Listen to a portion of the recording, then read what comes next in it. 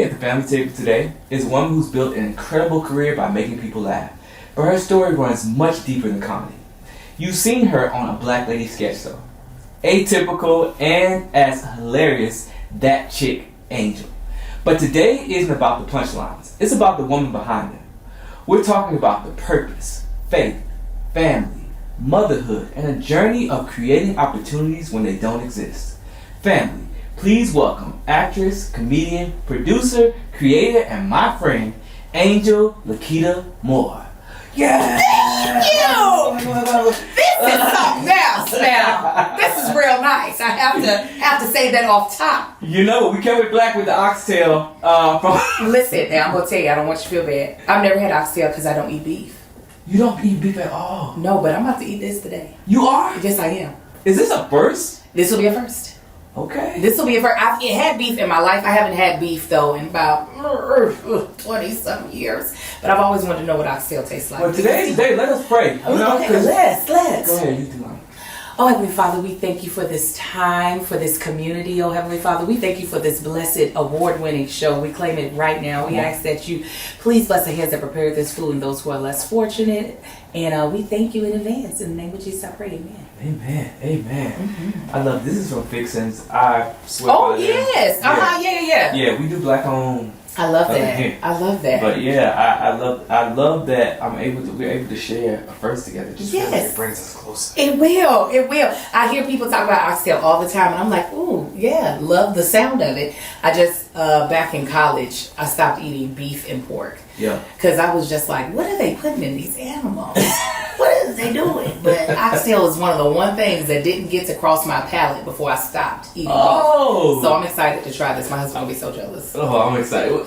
Tell Marcus we said what's up. We gotta bring both of y'all in. Oh, absolutely. And y'all gotta try one of them things while y'all in here. Because when I tell you, there was a moment, I think I was watching y'all's videos so much that all that was coming across my algorithm was videos of people like foolishness. Yes, that was it. Well, you know, I'm really grateful to have you here. Thank you. I get serious again. I'm really grateful to have you here. You've been to Black Excellence Brunches before, but this is your own personal Black Excellence Brunch. Thank you. So we have spared no expense for you. I appreciate it. I appreciate it. But no, I'm really happy to have you with me. I've been very intentional about talking to people who really inspire me, who feel like family. And I feel like every time like I'm around you and I see you, I just feel like it's an extension of my family. Thank you. And I don't know, that's the love I try to give other people. So when I feel it, I'm like, yeah.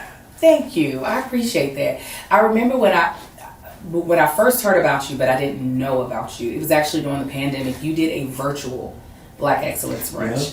And they send over the food, but I didn't understand like the level. So when we got on the Zoom and I saw everybody's table setting, everybody was dressed in their white. I said, oh my God, I was looking disheveled.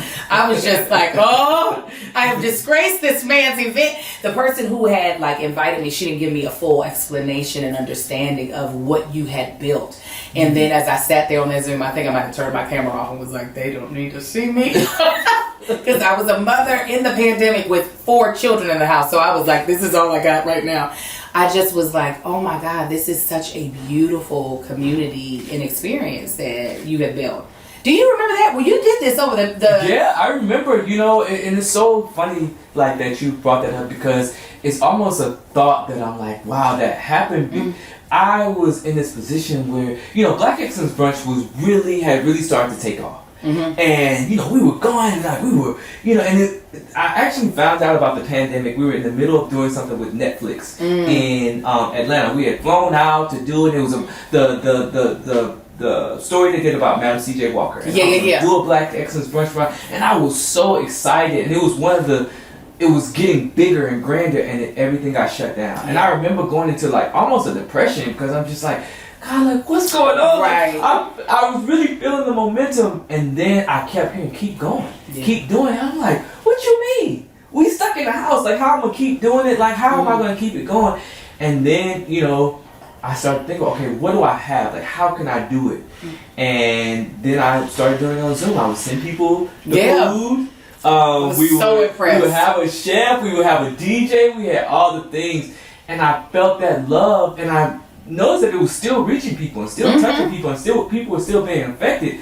So what I thought I had lost, I really didn't lose at all. You really didn't. That was like my real first introduction to you, and I was so impressed. I was just like, oh my goodness. I was like, turn off your camera so you can put your life together, girl, and get yourself set up the way you should be. It was amazing. So I'm so glad. It's so crazy to think that was 2020, and now in 2026, I'm sitting across from you. Yes. Take it in. I am. No, I want to learn. Did you have like, this is based off the concept and tradition of Sunday dinners. My mom hosted at home growing up every Sunday, and it was such a powerful space for me because I felt loved, I felt inspired, I felt like it just felt like a big hug from your grandmother. Did you grow up like doing like the official Sunday dinners or what did it look like in your home? Well, I think being raised by a single mom, I'm the youngest of 4 girls. I think Sunday dinner was a tradition out of money. We couldn't afford to go eat at no restaurant after church. My mother had already cooked the meal before we left for church. The rolls were rising. That was the last thing that would have to go in when we came home. So it was a tradition, I think, also out of necessity. But it was something, I didn't know anything else until maybe when I got older and there was maybe a little bit more disposable income. We could be like, we going to Ryan's. We're going to a buffet. But for the most part, it was something that we knew we'd be in church starving, thinking, when are we going to get to eat? Because the pastor then went over his, I'm about to close about 45 minutes an hour ago. I swear. So not only was it like this tradition of like, okay, well, we have to eat at home. It was also like the prize of we made it through the day. Because we got to school for Sunday school.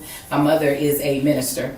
So, we were there on time. We were there every Sunday. There was no Sunday early and stayed late. There was no Sundays off. This is the Lord's Day. We're not vacationing from the Lord. So it was like a staple in our house. Now, I wouldn't say we had beautiful florals or anything like that, but I will say I feel like another tradition that kind of is passed down from my mother is that we have a dining room table. You know what I'm saying? Like an actual table for those bigger meals, so that, which is kind of different than maybe the table you had Cheerios at or had any type of cereal. But that Sunday dinner table was like the big table that we would sit at, and we would all sitting together. And it wasn't the food that my mother would necessarily fix during the week. That's when you would get a pot roast. That's when you would get a whole chicken or a whole big old meatloaf or something like that. So it was definitely a tradition in our household, but I will also say it also felt like it came out of necessity, because we're not about to sit here and spend all this money at some restaurant. We're about to come home, eat together. My mother would be tired too. She'd been preaching, hollering, shouting, doing everything at church all day. So to be able to come home and relax and know like the meal is already done, it just has to be heated, was definitely something that I grew up with for my entire childhood. I did not know you were a PK. We're going to have to get into that, because all the PKs I knew was bad. You know what? They were, but I was not a bad one.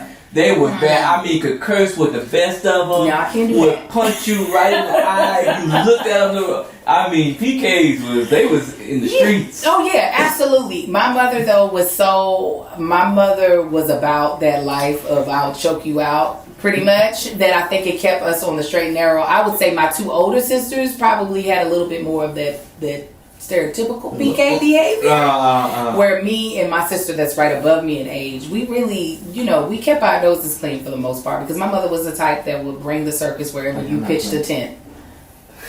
Okay, so if you want to act the fool right here, okay, let's do it. We all about to look silly up in here. So it really kept me from doing anything that I think would have caused me more embarrassment than it would cause her pain. So yeah. Yeah, I feel you on that, like it being a necessity, because I should say that this looks a lot different than it looked in my home. I often tell people, like, there would be days where we would literally be spilling outside, because my mom, she would invite everybody who maybe needed a warm meal, over, and it wasn't even it wasn't luxurious, but it was impactful. Like you remembered that so much so that like I built the whole, I guess, career out of it. But amazing. you know, it really left a lasting impact on me. And things that I think about are a lot of times are conversations. Are there conversations or lessons you learned around the family table that you still hold with you today? And can you share some of them? I wouldn't necessarily say there were like conversations, but I will say there's that element of me, especially being a mother, where I feel like how I feed my children is more important to me than what I think I would have necessarily thought becoming a mother. The fact that I want my children to look on when I cook as comfort. You know what I'm saying? Like I didn't grow up, you know, there are people who grew up in the same household all their life. We moved around a lot. So I don't have like going to a house as comfort. You get what I'm saying? But if my mother were to cook like, let's say potato salad, that is comfort to me because that is what I'm able to hold on to as a staple. So regardless of where we live, the food was the same because that's how my mother makes sweet potatoes differently than everybody else I know because she's from North Carolina, and North Carolina people kind of make it a little bit different than people from South Carolina, Georgia, or anywhere else. So for me, while I can't have I don't have an address I can point to. I can't say, oh yeah, when we lived at da da da da da. No, but when it comes to her meals, that's like, that takes me back to my childhood. So for me, the lessons were more so my food kind of helps to create the home that my children will remember, right? Because my kids, they might not stay in California, they might not decide to live near me, but when they come home to see me, there will hopefully be things that, like my oldest son, my sweet potato pies are his favorite dessert. Like when I make them at Thanksgiving, I might as well just make him his own one because he's going to smash that. My one of the twins, he had to do a presentation for their like winter performance at school, and his presentation was about my sweet potato pies. He's like, this is the family tradition. Everybody got to talk about their winter family tradition. His was about the sweet potato pie. So I feel like what I learned was that like the way I nourish my child as a mother is not just about their health. It is also about what I feel like they'll feel connected to when it comes to feeling a home, feeling safety, feeling security.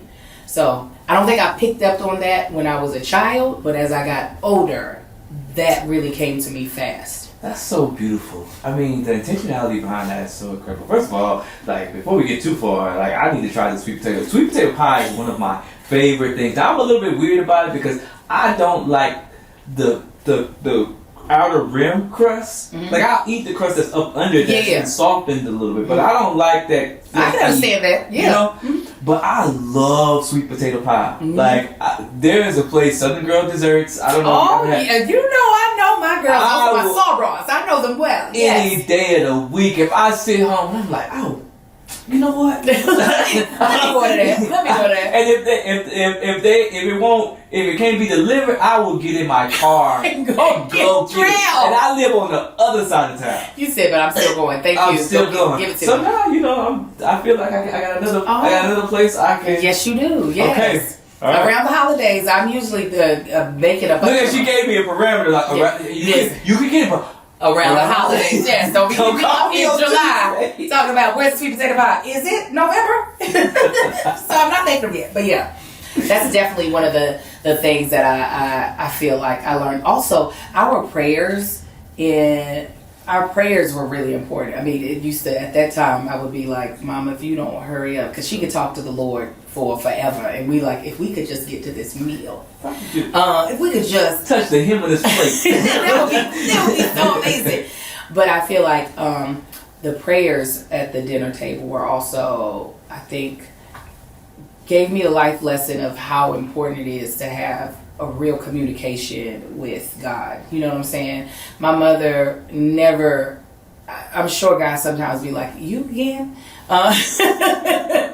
But my mother definitely never shortchanges what it means to have real communion with God. And her prayers at that dinner table, while they would be long and would be the obstacle between us and the plate, I do believe that was also like a life lesson for me as well. That like, while it shouldn't be the last resort, but when you have reached the place of like, what am I to do? Just talking to him and giving him thanks more than anything over the things that have already occurred, over the things that haven't occurred yet either. I feel like that dinner table was where I really learned my mother is a praying woman. You know, can I tell you something? While we were talking about prayer, do you know that used to be a really big fear of mine, like having to like pray, because I always felt awkward. Like I didn't know like if I knew what to say. And my mom was in the church too. She wasn't a preacher, but she was my vacation Bible school teacher. She was my choir director. She was my Sunday school teacher. So we were there. Like she might as well have got in the pulpit. And eventually she made me give the youth sermons. Okay, come on. So it was all about, I remember that being a fear of mine until I grew up, and I was just like, you know, and I started to see God as like my friend. You know, like and once I had broken the barrier of like, oh, like this, it's just magical thing in the sky that I don't have access to except if I come in a certain kind of way, then my life changed because I was able to communicate and I felt confident in that relationship. Do you remember like a moment where you feel like in your faith like things shifted?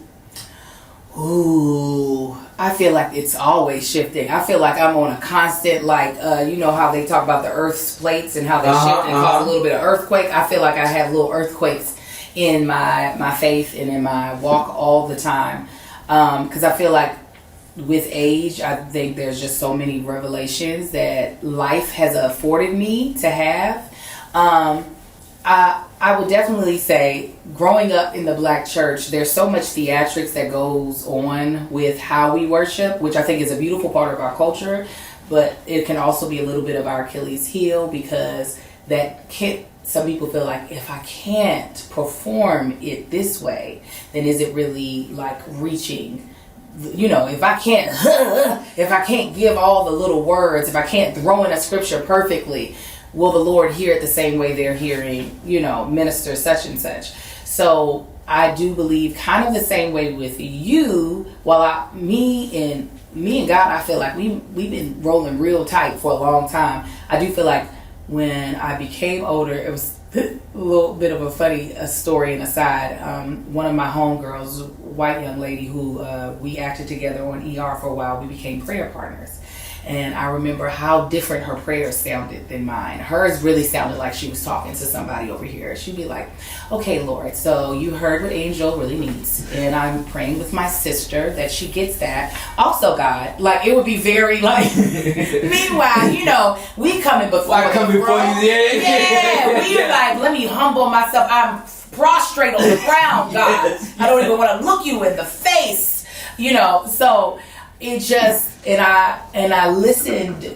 I would listen to her prayers, and I would listen to how authentic she sounded. How I felt as if, oh, we can eat the food. We can. Okay. Oh, it's edible. Okay, all right. I wasn't sure. I was like, we just been talking. But she would sound so authentic and really earnest about her requests to the Lord. And so it was almost like, because we would literally, before we would pray, we would write down notes. She'd be like, what are the things that you are seeking God for? And so we were praying for each other more so than praying for ourselves. Wow. And so she would literally, as she was praying, look through the notes. She was like, Lord, you heard me and Angel talk about the stress she's having around this, God.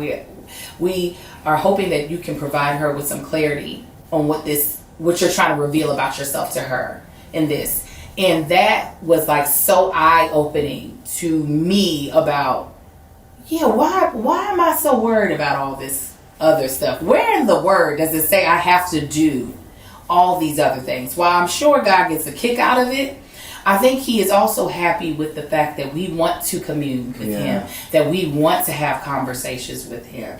And I love just sometimes just having, I feel like, conversations with him without even talking. Like when I'm by myself and just like, really like, God, in my head, was that what you meant? You know what I'm saying? Yeah. Or something happened, you be like, huh?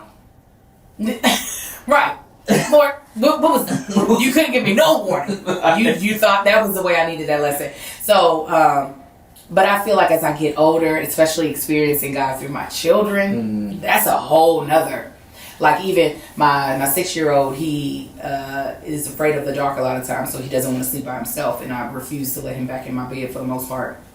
And he's like, I'm having nightmares, and I was like, I said, well, you believe in God? And he was like, yeah. And I said, so why don't you pray to him and ask him to take them away? He was like, I think he's the one giving them. Because in his mind, it's like, if he's all powerful, then he's the one that's put them here too. And I was like, I don't think so. I said, but you don't talk to him about it. And so, like, even trying to figure out because obviously the church looks, especially in California, it looks different than how you and I grew up. Right. The relationships that a lot of people have with the church are different. So my faith has even shifted in that, and like, how do I nurture and foster a strong relationship with my children in the faith that we have in our household, while also acknowledging that they have autonomy to choose how their walk looks.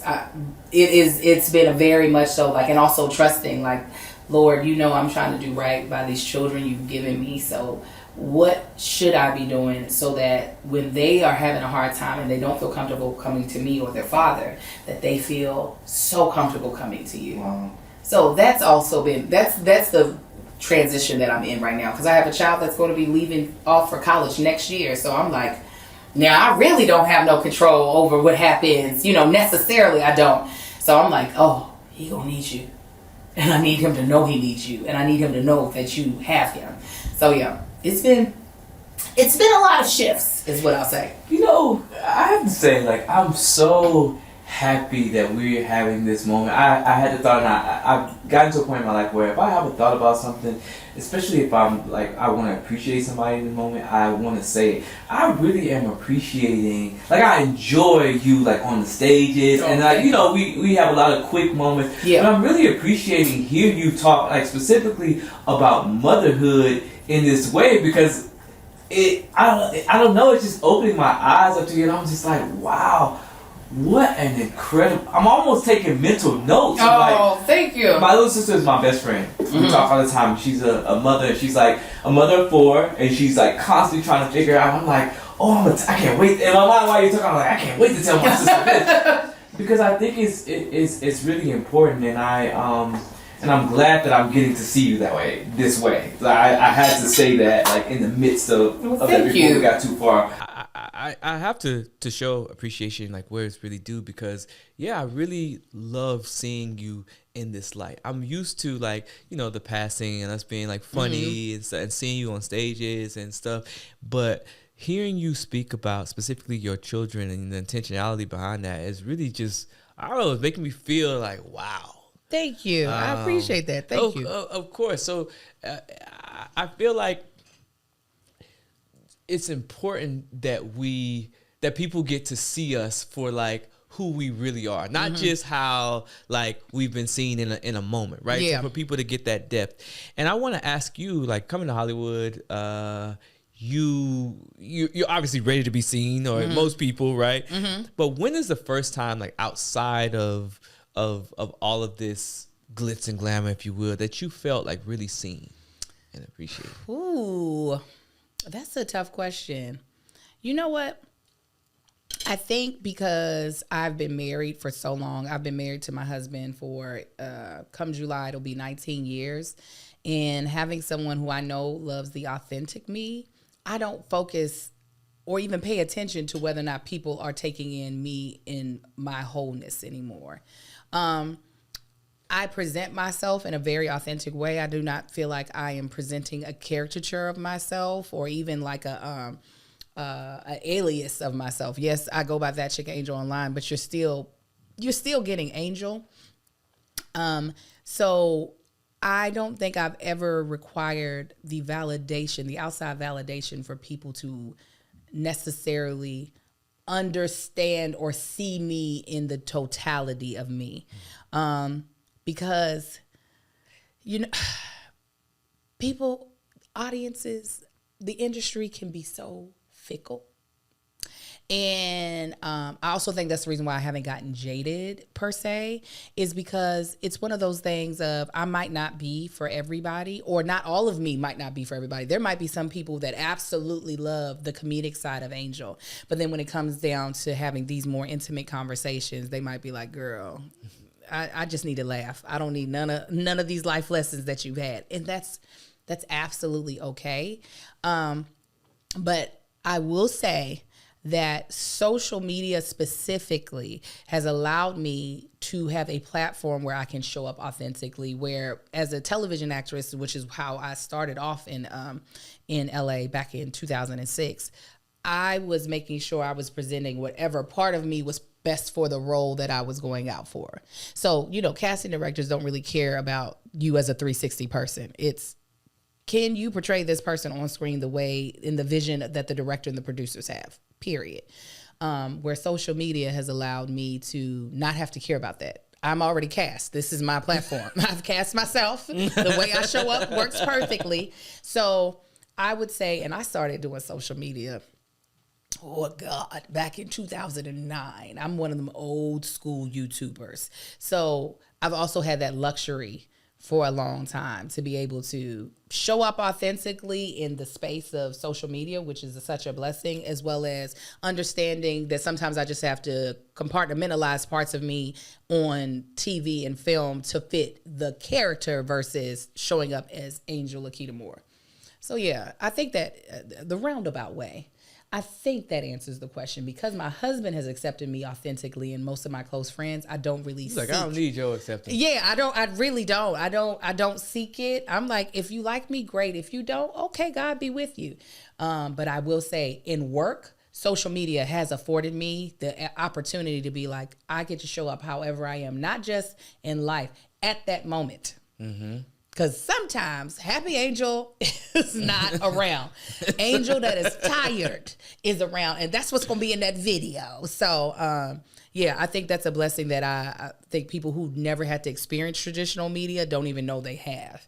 Is that, baby, you can show up however you are in that exact moment. And it is okay. And there's somebody who is looking for that and for permission to also show up. Correct. As they are. Yeah. I want to stay there for a second, because I think it's so interesting, the phase of life that we all are in, where I feel like reinventing yourself more than ever is like a thing that we constantly have to do. Like, even in the comments that you just made, you have had to reinvent yourself. I hear at least 3 times. I hear actor, I hear entrepreneur, I hear social media content creator. How do you deal with those reinventions? How do you navigate those? You know what? It can feel like, oh God, what am I doing to keep afloat in this moment? But if you look at any big company, while the branding is maybe really strong and you can see the connectivity, but all of them have had to pivot based off of how the times are going. Mm-hmm. I mean, you can look at, I can remember the original Pepsi logo. It is not the logo that they use now a lot of the times. Because they're constantly, even the formulas of how things taste even kind of change based off of just how we operate currently as a society. So being a singular person, though, in doing that, it can be a little like, okay, what's next? What do I need to do next? Especially when you're working in the world of social media. There's a new platform. There's a new feature on the platform. And you're like, okay, do I need to use that in order to be able to actually effectively meet my audience? So I will say it's a fun space to be in as a creative, because you're always discovering a new way you can show up, a new way you can connect to your audience. Like, for instance, you going from your live events to going to virtual to now having a podcast where you're able to have more intimate conversations. I think these are all ways in which you're increasing your visibility, you're increasing your connections, you're increasing just the ways this brand can be impactful. And so when you kind of frame it in that way versus oh Lord, I have to reinvent myself, but more so of, oh, I've been given another opportunity to find another way to reach either new people or be more impactful to the people I already have. Because same thing, me and my husband started our podcast 10 years ago. That came out of me doing family vlogs and people being like, we really think y'all should do a podcast. And I was like, I don't even know what that is. But okay, we'll do it. But then it became the way that we would be able to be more impactful because they were actually getting to see long form conversations between a husband and a wife, where a lot of times we will argue. That's why it's called, is this going to cause an argument? But it was still like open and honest and respectful conversations to allow couples to understand it's okay if y'all don't see eye to eye all the time. I don't think that's the point of marriage, is that we have to always be in agreement.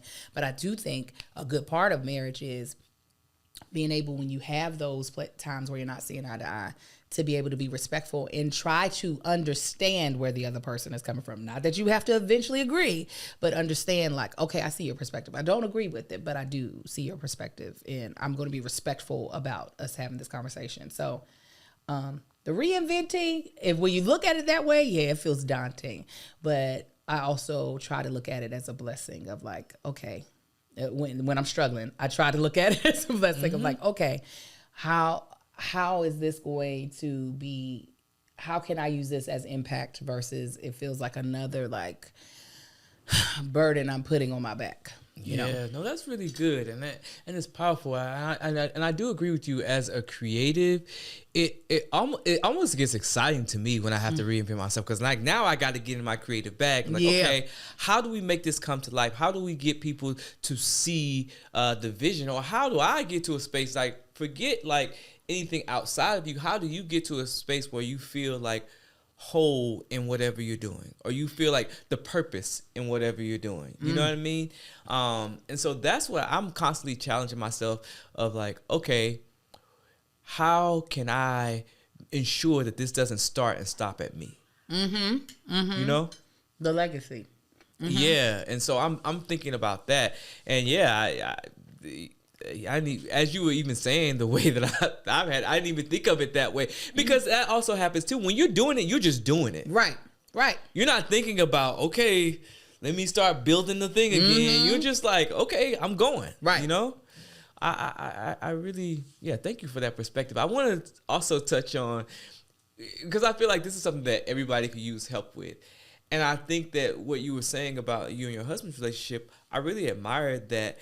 What are some things that you look for, like, in your relationship, whether they be platonic or your like your marriage, where you're like, okay, this is gonna work. Like, we can be friends, or we can be connected, or we can be business partners, or whatever it is. Like, what are some of those things? I remember writing out these affirmation cards that I was selling through my company, Mama Likes, and one of the cards that I really loved writing was, "I'm important in every relationship that I have." And I think in any friendship, if we both are important in it, like if I'm friends with you and you ask me to do something, because you are important to me, I'm going to try my best to do it. It might not work out, but I'm going to consider it because you are important. Same vice versa. If I'm important in this relationship and I need or request something for you, or if I just am calling to have conversation, even if you're tired, you're either going to pick up and be like, hey, I can't talk to you right now, but I'm gonna try to hit you back, or you'll go ahead and be like, oh yeah, let's chat. So when it comes to relationships of any kind, if we both can't be important in that relationship, if it feels like, oh, I'm always having to make you a priority, but that's never reciprocated, I can quickly tell this is not a friendship I can have. And the vice versa. I won't continue pursuing a friendship, because there are sometimes people who will pursue a friendship with me, and I might be like, I need to keep you, because I know I can't make them important. I know I don't have the bandwidth where how their life is curated and crafted. I won't be able to be the friend that I know I like to be to my friends. So that is a huge part to me, is that I need for you to feel important to me, and I need to feel important to you in order for us to be like friends. Same thing, obviously with my husband. Now, for those who are not like my close inner circle friends, the ones that are still my friends, but like it's more so I guess I don't want to say in passing, but it's like we care about each other, but we don't have to see each other all the time. I think for those, it's more so also that understanding of we this pastor's wife, this is how she put it, low maintenance friends. We've both agreed on that. We've both agreed, listen, this friendship is about, I care about you, and it's okay that I care about you from a distance, and every now and again we're going to check in, make sure everybody's healthy, everybody's good. I like that I can have friendships where we've both agreed on that, where it's just like, no, you're not my best friend, but if I ever heard anything happen to you, I'd be devastated. So I do want to check in on you. I do want to make sure you're good. If I come into town, I definitely want to try to see you. But I don't want you to feel like you got to rearrange your schedule for me. If it fits, perfect. If it doesn't, I will not take any offense to it because we low maintenance. So that's another thing, having friendships when we can agree on what it looked like. Because I hate having expectations that aren't met, but expectations that aren't met that also have not been agreed upon. We have to both agree on this. Like, don't give me no silent expectations. Because I don't know what you're talking about. Exactly. Yeah. So I think those are, and outside of that, I feel like I have a very, as my husband calls all my friends weird, I have a very colorful, eclectic, colorful friendship. So you can come however you are. Yeah. But yeah, it's just more so those expectations. Are we both important or are we low maintenance? And if we can agree on that, then baby, we gonna have a good time. That's good. That's real good. I feel like I got a lot of low maintenance friendship just because you're busy. I'm busy, and I'm also an introvert, which I think people don't take into account. Don't think because I do these big events and I'm like places, but I am very shy. I would never believe that. I am actually a very shy person, and I'm better in one-on-one settings. Like people will be like, "Trell is a good time," but I'm shy, and it takes me a while, and I'm a slow burn too. So it's like you ain't about to be my best friend on day one. Like a slow burn for me, you know. So I probably do have a lot of low maintenance. I just never been able to describe. But I like that. I like that, and you know what I think too. What I realized, because you have a lot of amazing friends, you know, the Tabitha Brown, Kev, Quinn, like just people who I really admire and I think are great. And one of my prayers when I first moved to LA, Angel, was like, I just, because everybody told me LA is fake. Everybody's fake in LA, you know. And one of my prayers before I moved here, I moved here from New York, where I had amazing friendships, which is like, please, God, just let me make real good friends. Right. Just let everybody that come into my life be like great and mean well. And I tell you, every single person I've come in contact with has been so amazing. I tried to prepare for that, but as somebody who's had to like probably build, you've been here since 2006, you said? I moved to California in 2003, to LA specifically in 2006. How did you figure it out? Because you had to figure it out. Me, I feel like I had a little bit of help because I lived in all these like DC, Atlanta, New York. So I had a lot of like adjacent things going on, but how did you navigate that? I feel like it's probably a 3-level step. One, my husband moved out here when I moved to LA. So this is when I started formulating the friendships that I feel like I still have now, because the other ones were from grad school and I still love all those people. My husband has a strong gift of discernment.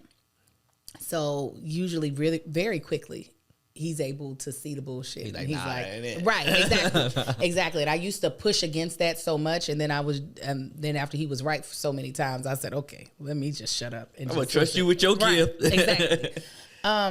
2 is that I have learned to have the difficult conversations with people. I don't shy. I'm not conflict avoidant, and not difficult conversations like we're about to argue, but like, if something is shifting in a way that's not settling right with me, I'm not going to let it fester. I'm going to have the conversation. I'm going to be like, hey, friend, now if we're going to continue doing this part ain't going to work for me. Like, it's just not. And if you could explain to me why this is happening, then maybe we can go somewhere with this friendship. And I've had that conversation. How? Teach me. I have had that conversation multiple times, and not in a way of being like, you doing things wrong, but it's just like, if I can feel a resentment starting to build up, I'm like, this is not good for either one of us, because I'm gonna start acting out of character, and I don't want to. And I cherish our friendship enough that I'm at least going to try to figure out a way to bring us to a table so that you can know, hey, I'm not sure if you were aware of this, but I don't like this. And I don't think you would want this treatment either.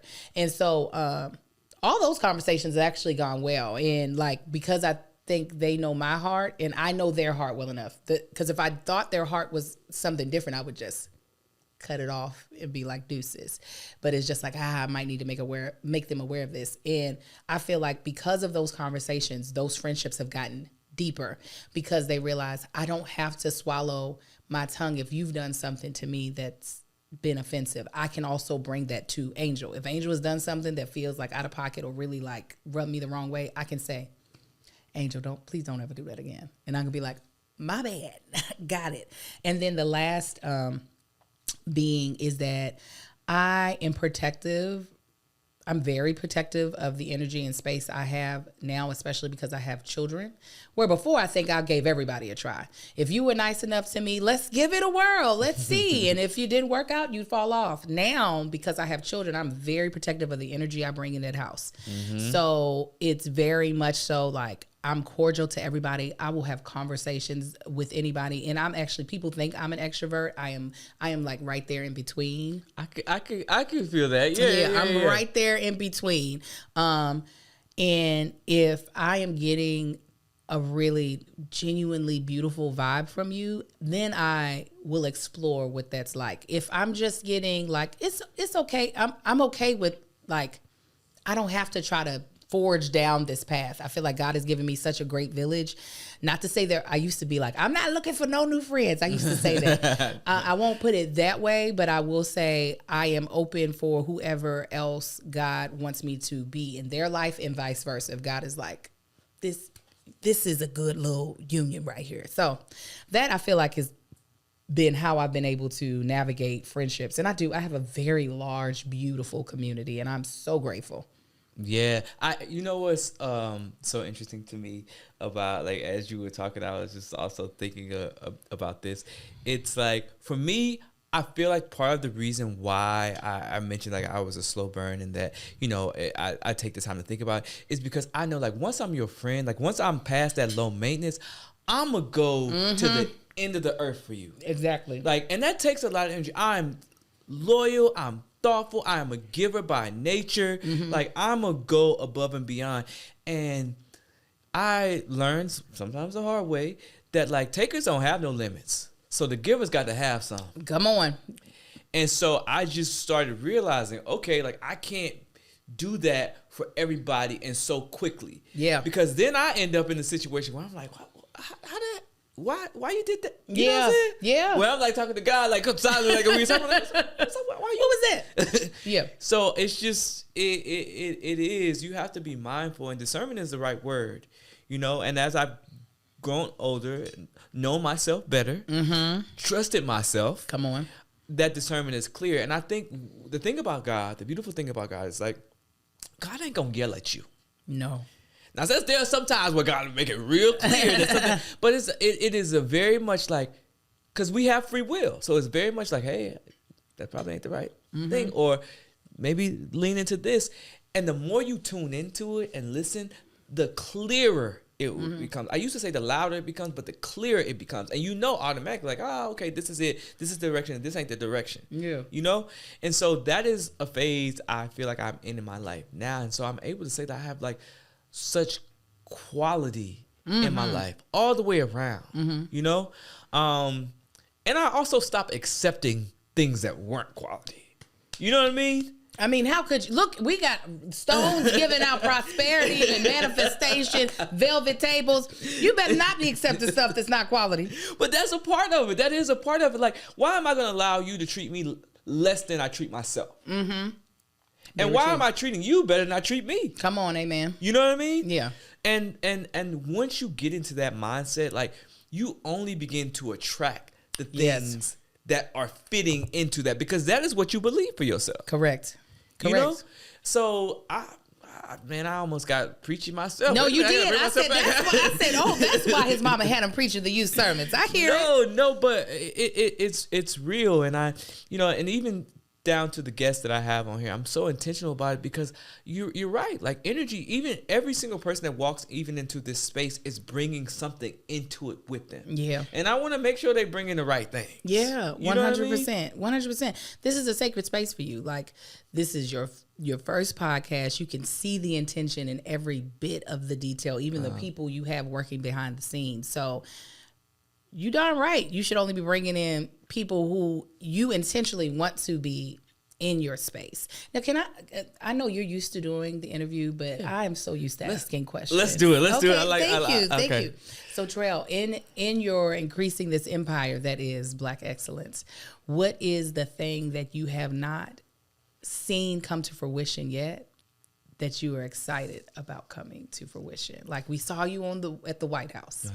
Okay. Wow. We've seen you be able to give flowers to people that only people can imagine being in the room with. And these are people who are sitting down to partake in meals with you. But what is the thing that when it hits, we gonna see all them teeth? You're gonna be smiling so big.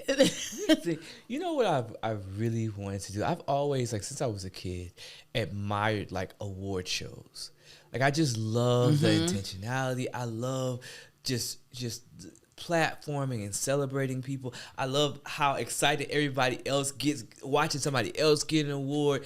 And so I've always wanted to do like Black Excellence Honors, or a space where we just like honor people on their like journeys from different sectors. Like, that is something that I'm really excited about and really working toward. Just like an award show. I really want to do that. And then another thing that I want to do is I want to tell the story through, and I thought like it's a show or something, of Sunday dinners and the impact that Sunday dinners have had on our community, because it's much deeper than just like sitting down over some food. You know, like if you go back 400 plus years, like Sundays for slaves was the only day of rest. And it was a chance to really sit together and be with your family. Some people that are on plantations over that you might not have gotten to see or interact with, or, you know, it was a chance to really commune and love on each other. And that's deep, and that's why we take it so seriously. That's why I take it so seriously. It's in us. Like, it's almost on a cellular level. Yeah. So I want to tell that story, you know, in a very intentional way. I cannot wait to see all of this. Oh, thank you. I am so excited. See, now I've got reinvigorated. But yeah, thank you for even considering and asking that. And that's a good segue too, because I want to talk to you about like your career and like what you've been able to do. So you sought out to be an actor from the beginning, or did you, like, how did you know, like, oh, this is the journey that I want to take. This is for me. I knew I was going to be an actor when I was about 5 years old. Okay, what happened? I just, first let me say, God has always talked to me very clearly since I was little. That's how I knew my husband's name by the age of 12. Wow. Very clearly. So when I was 5, I was watching TV, and I was like, oh, that's what I'm going to do. Like, it was and that path has not changed since I was 5. I think one point in time I tried to veer from it when I was applying for college, because I just felt like, oh, you can't get a degree in acting. So I was like, I'm going to go to college regardless. And I think I was about to major in like pediatric nursing.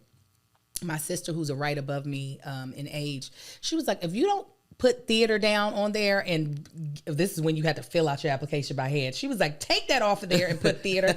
And I was like, I can do that. She was like, why would you do anything else? So it has been very clear to me that I was going to do acting. And my mother brought it to my recollection, because at one point in time, while I was in undergrad, I was like, okay, because we were just doing mainly theater. I was like, I'm going to go to New York. That's where I'm going to go.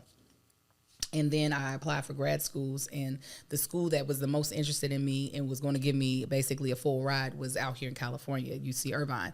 And my mother brought it to me. She said, I remember you being little saying, I'm going to move to California and be an actress. Wow. She said, so this makes sense. You talking about you were moving to New York. She was like, that never really made sense. She said, because I remember you clearly saying that. So I feel like I have known for a long time. Social media wasn't a thing back then, so I don't think I ever saw this. But anytime somebody would ask me what I was, I would never say I was an actress for like the totality. I was always say that either I'm an artist or an entertainer.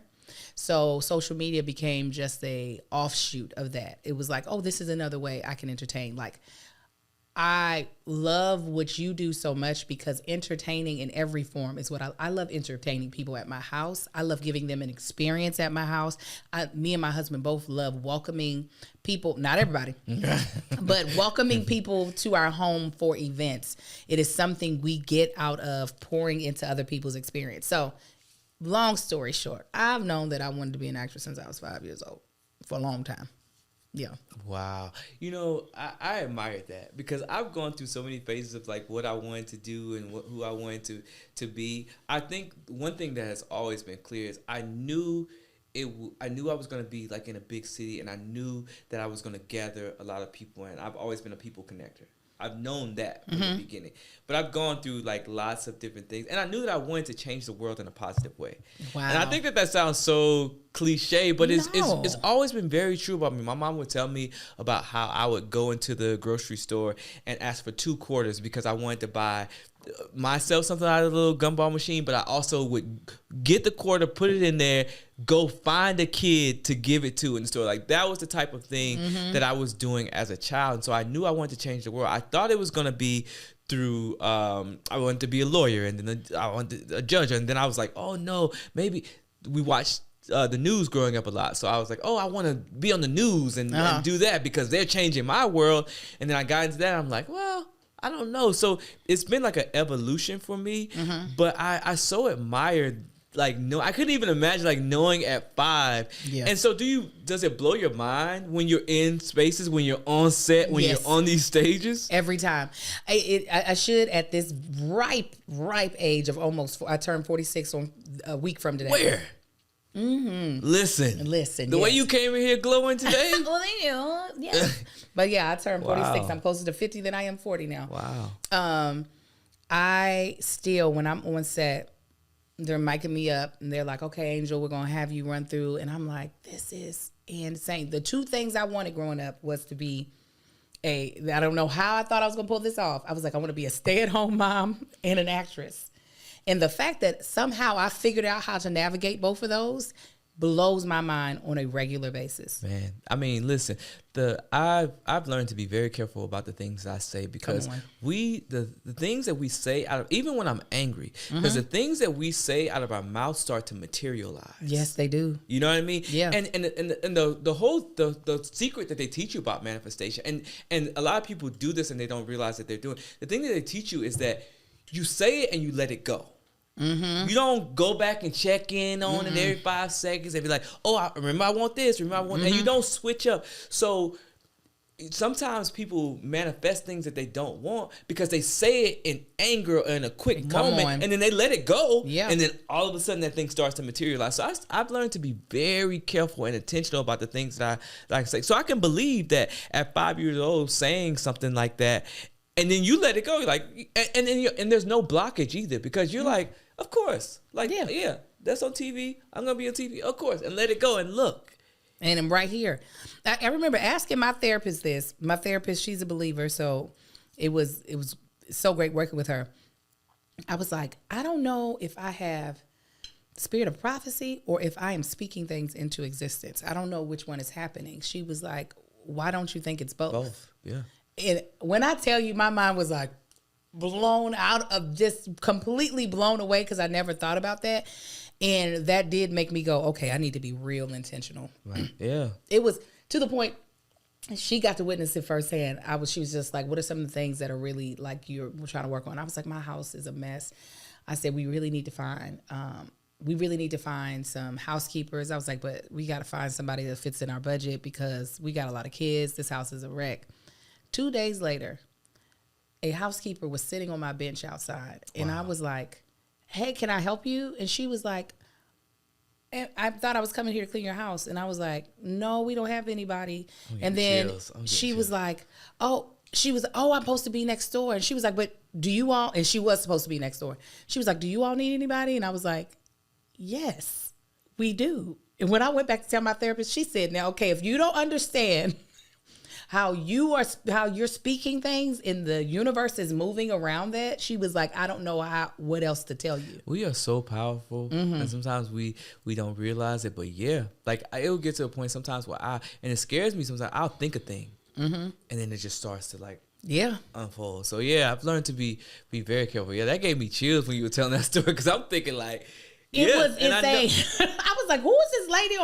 First of all, I'm worried. I'm like, who is this random woman on my porch? And she was like, I'm here to clean your house. I was like, no. I was like, did my husband hire somebody? I know he didn't. And when I told my therapist, she was like, do you understand now? I was like, yes. I said, let me watch my words. Yeah. Listen. And the more you realize it and are intentional about the even the quicker things come into play. Yes. A mentor told me this, like, years ago, and as a person of faith, and I know you'll understand it too, it's like, okay, the Bible tells us that we were given the same power that Jesus Christ had, and if you really think about that power to speak life into things, right, to raise things from the dead, and that might not look like you going to somebody's casket and raising, but it might look like a situation where you didn't have any more money and your bank account was dead, and you spoke life into that thing, then all of a sudden you got a $10,000 check from out of nowhere. You know, it happens like that. And so we have to be very, very, very careful. We getting deep. I love this. I love this, and I love having these conversations. So this is something that, aside of me, that people don't really get to see. Yeah. Because I love having these conversations. I love going deep with people, and I love learning about like what moves you and like what you really care about. But I know I can't be serious with you the entire time. So we're gonna take we're gonna do a little switch of pace right now, and we're gonna talk. I gotta go to the teleprompter and make sure, but we're gonna talk about.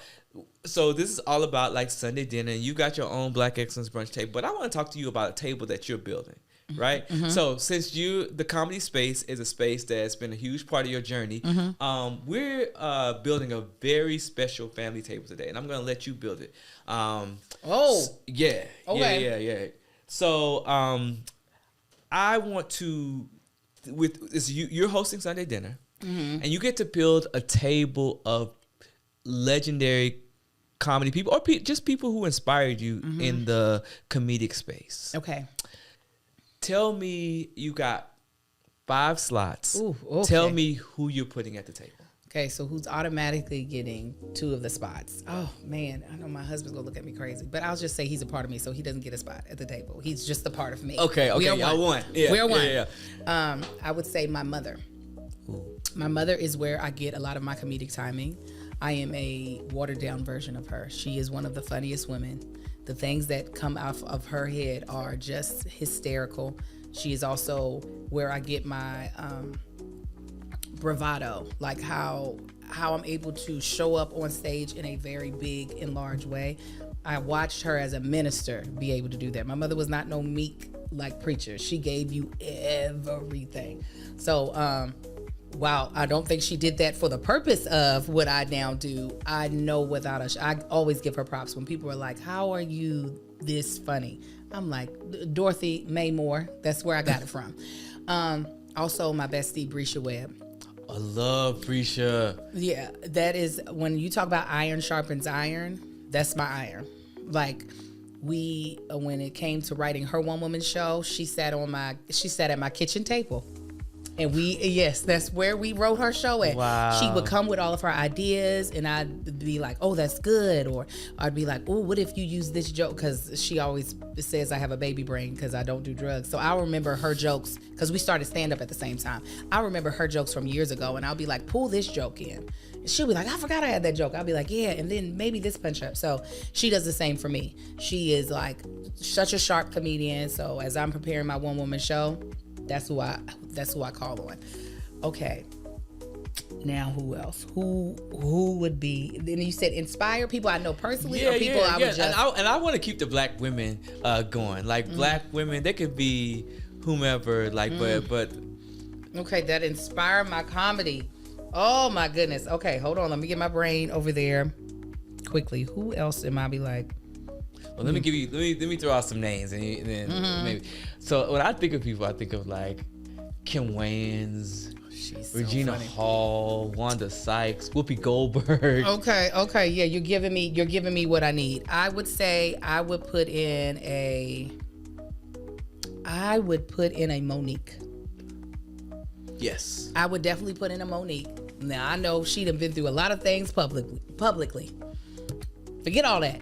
When I look at how she would command the stage as a stand-up comedian, how she wasn't afraid to be as raunchy as the men, and I know a lot of times people look at female comedians and they do not like when they are more of a blue comic, meaning they talk a little more crass. I love how she never cared and how she built the empire that she built, to have her own TV show, The Parkers, to have an Oscar, to do all the things, to be able to do sold out tours and stand up with over, I think, 30 years of stand up under her belt and still touring. Monique is the realest. She's so amazing. Okay. Two more seats. Yeah. So hard. Okay, I'll go to my girlfriend, Denora Walcott. A lot of people do not know her by name as of yet. We've been out here grinding for forever. Me, her, and Brescia, I came up with this idea to do something called the Kardashians. This is back before I had my first baby. I was like, I want to do a sketch show about if the Kardashians were black. And we called it the Kardashians. The Kardashians. We had a time. And we all fit so perfect. You know, Brescia's really small, so she was Courtney. Mm-hmm. I'm the one with the big butt, so I was Kim. Mm-hmm. And then Denora is so much taller than us, so she was Chloe. And we just are willing to be silly with each other. I want to see this. It was, when I tell you, it was some of the funniest stuff we ever, and we didn't know we were doing this. Is again back in like, we started this in 2009. I just had my baby. My baby was in the, he was a prop. I was like, good child, you got to be in this too. So Denora is one of those people who is not afraid to be silly with me, because that's the thing that's kind of scary about comedy, is that you have to be willing to be sillier than the average person, and you have to not care how other people are perceiving it, because that's the only way you're going to get to the laugh. And then last, I would say Gabrielle Dennis. Most people only see her as this like dramatic actress. You know, she did amazing as Whitney Houston. She's now on the Netflix show Nemesis. Yeah. Me and her got to work together on a Black Lady sketch show. She is one of the best physical comedic actresses that knows how to do physical comedy. I'm talking about on some like Carol Burnett type of stuff. Like she knows how to contort herself in a way to get to that joke that I don't think a lot of actresses are capable of right now, or we're not given the opportunity. I don't want to say capable. And I think because people see her as this comedic actress, they don't realize, actually, me and Gabrielle met doing stand-up. Like, so she used to do stand-up back in the day. She's just such a great comedic actress. Actually, we were recently talking about her, me, and Brescia need to put something up on stage together, especially during this day and age where we don't know what AI is doing to television. We were like, let's just go back to the theater. Let's write something funny, to do as a like a play. So, and she's just an amazing human being. She's so freaking talented. It's ridiculous. That's why I think people don't really recollect her as a comedian, because she's so good dramatically. You forget, oh, this girl can also sing and dance, and she's hysterical. So, I think those are all my seats. So Monique, Brescia, my mama, Gabrielle. And who was this other person? Oh, Denora. Oh, yeah. Mm-hmm. That would be so dope. My creatives, y'all got to do this at the Vision Theater. I don't know if you know, but the Vision Theater. No, where's that? Miss Marla Gibbs. Oh, yeah. I know. Yes. It's coming back. Okay. And now it's going to be through Miss Tina Knowles and the Waco Theater Center. Yes. It's taking over the Vision Theater, and I want to see this on stage. I'm going to help make this you said happen. It's got to happen. This has got to happen. We're going to take a little break right now because we're coming back, and we're going to do one of my favorite parts of Black Excellence Brunch. And this speech, we're gonna give a toast. Cocktail Collection is helping us give an amazing toast. So we're gonna get the things ready. A little TV magic is gonna happen, and then we're gonna toast to a margarita. Give me one margarita. Hey. All right. So after a little TV magic, we're back, and I tell people this is my favorite part, and not just because we get to cheers with each other and have an amazing drink, but it's because I to the point of like words of affirmation, I think toasting is an opportunity for us to speak life into one another. So I want to do that here between you and I. I want to toast each other. But first, I'm going to teach you how to make a margarita because we know how you feel about it. Yes, I do. I feel great about margaritas. It's a straw margarita from the Cocktail Collection. It's amazing. I love all of this stuff, but I'm going to show you how to make it. So pay close attention because it's... Okay, I'm watching. Okay. So basically, another bit of magic. You know, we don't... Now, if you tell me this is the end of this, you done made my day. Because that's the type of like a margarita I like when it's fast. It's almost the end. Listen, he said play close attention. I am. My happiness meter is going up and up. Thank you. That's the end. That's the end. Yes, Cocktail Collection. This is what a girl likes. All right, so I'll start and then I'll let you finish the toast. I want to toast to the intentionality of friendship, to making sure that we are whole ourselves before we try to pour into everybody else, and having the hard conversations that allow us to come to beautiful spaces. Well, I want to toast to this fabulous host, Mr. Trell. I am toasting to the many years of success so that when you look back at this episode, you're going to be like, oh my God, and all those things that I spoke at that table have happened, and we're already celebrating the such and such anniversary of those things. So cheers to you in your many years of success. Cheers to you. Cheers to us. Cheers to us, yes. See? Yep. That's right. That's all right, we right do. there. You and That's me right, and right this there. lemon. Listen, I love a little squeeze. Just A little give it square, something. yeah. Make you feel real healthy because you're adding a fruit to it. Yeah. I love it. Oh, this is all right with me. This is well with my soul. See? Well, family, that's our time. Thank you for joining us for another Sunday table at the family table. Remember, your title doesn't define you, your purpose does. And no matter where life takes you, you'll always have a seat at the table. Until next time, be well, be blessed, and take care of one another. Angel. Thank you, Angel Laketa Moore. This was great.